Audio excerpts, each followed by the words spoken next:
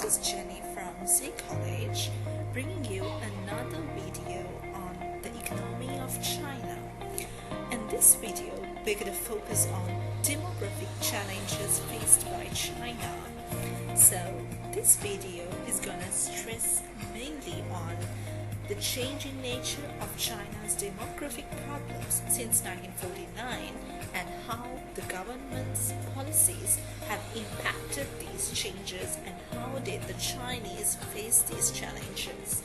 So, giving you a brief overview, the key factors that we're going to discuss in this video include China's population growth, structure and policies, all of which have critical economic but also social and political implications, and that's how we could see where China stands today. The size, structure and rate of change of a country's population have critical economic implications but also affect social and political stability. So this is true for every country, where it has special relevance to developing countries where population growth is likely to be rapid. The statement has very particular meaning for those developing countries with huge populations such as Brazil, Indonesia, India and China. China, yes, that's the topic for today. With about 1/5 of global population, China is the world's most populous country. Its peak rate of population growth was reached in the mid-1960s, thereby adding to the existing population approximately 19 to 24 million people per year. That rate has since been reduced to well under 1% with major consequences, as we will discuss throughout this video.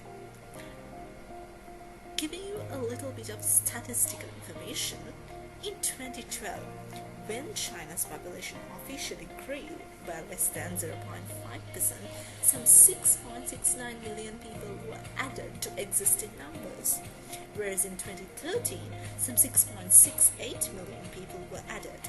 As you can imagine, even though the challenge posed by population growth has been very significantly reduced, the challenge of meeting the needs of these additional numbers is not to be underestimated.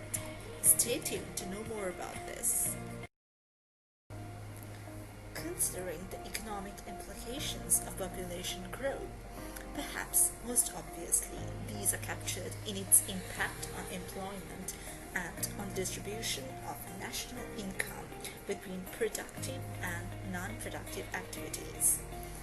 A faster growing population needs more resources in order to feed, house, clothe, provide medical care for and educate new additions to the population. The larger this allocation, the smaller the surplus that's available for developmental purposes, such as investing in new factories, installing plant and machinery, and creating infrastructure. In China, until relatively recent, growth rates of food production, agriculture, and the economy were not much higher than population growth, so that the effect of population growth was strongly felt.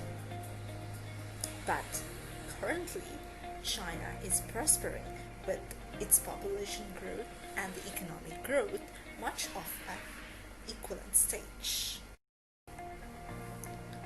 Before analyzing China's population trends and policies, we must be careful on some demographic terms and definitions that you will come across during this video.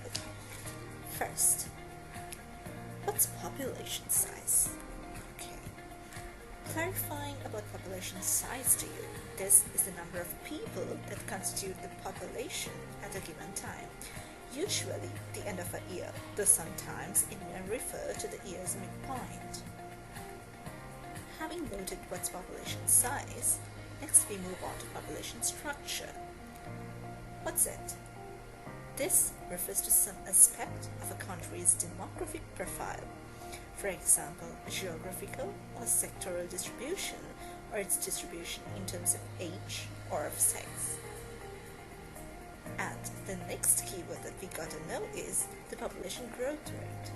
Well, this is something really commonly heard, and it is the measure of the speed with which that population is changing, usually rising for a period of time, and this period is usually considered as an year. Population growth reflects the behavior of three key demographic variables, which again will be important terminologies used throughout this video. So just three more added to your glossary of demographic terms and definitions, that's being mortality, fertility, and migration. What's mortality? Of course, you might have heard of this word several times. This is often equated with the crude death rate, or we can also call it CDR, which measures the total number of deaths per period of time, and then divided by the total population at the midpoint of that period.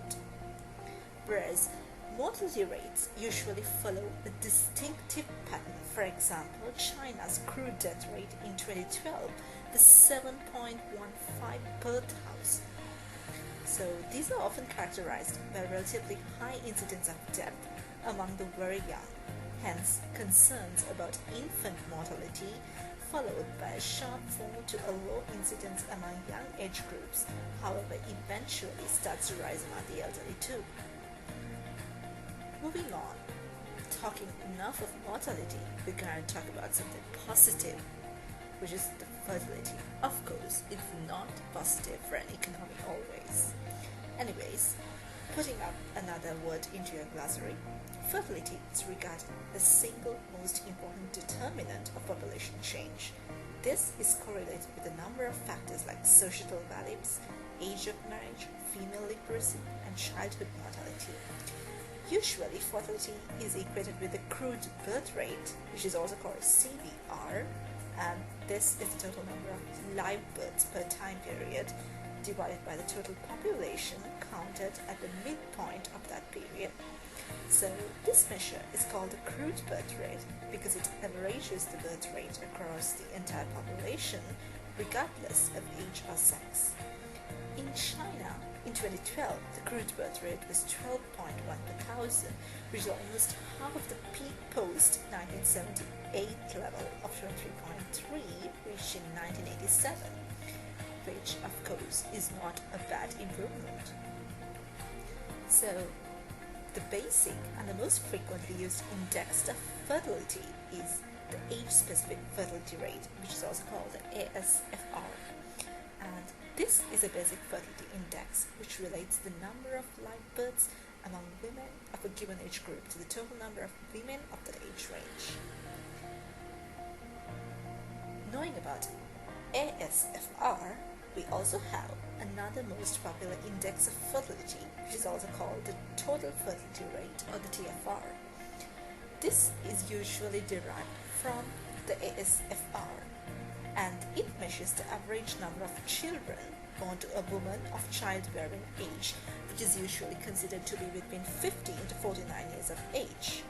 So, as long as the children survive, high fertility rates translate into high rates of population growth and a high share of children in total population. So, birth rates and death rates, they are known as vital rates for an economy, and of course, it is the code for China too. The difference between them, that is, the crude birth rate minus crude death rate, is known as the rate of natural increase, and it measures the speed of changes in population size due to the difference between the number of births and number of deaths. This rate of natural increase is the most common measure of population growth.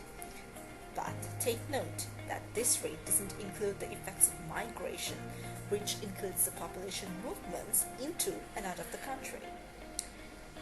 Alright, talking about migration a little bit. When migration is included, this rate refers to total change in population size. But bear in mind that it's not only international migration that can have a significant demographic impact, but also internal migration. Suffice to say here that since the 1980s, internal rural to urban migration has become a defining characteristic of demographic change in China. Official figures indicate that at the end of 2030, China's migrant population numbered almost 245 million people, or 18% of total population. Of course, it's a great number. To speak of only the importance of mortality, fertility, and migration for population growth neglects the effects of age structure, and this is why we need to put in age structure also to our glossary. So, age structure, once again, is an important population attribute which shows the shares of various age groups within the total population. A population with a young age structure contains a built-in momentum for future population increase. In China, a surge in population growth in the mid-1960s generated large numbers of young people of marriageable age 20 or so years later, making it difficult to hold down the crude birth rate in the second half of the 1980s. This highlights that the important point that even with strict birth control measures, fertility will not quickly drop to replacement level, the level at which a woman will on average be succeeded by one or less than one daughter. Remember too that even when fertility does start to fall, population will continue to expand, perhaps for a further 50 years or more. This too is important because it suggests that when they come to formulate their policies, officials must take a long-term view of the relationship between population size and the resources. In terms of feeding, clothing, housing, providing health and other forms of care, it's not only the young but also the old who make heavy demands. So the importance of the dependency ratio now comes in. Put in the dependency ratio into your glossary. It is the population below the age of 15, or the minimum official age at which people can undertake paid work, and above the age of retirement, which is 65, to those of working age, 15 to 64.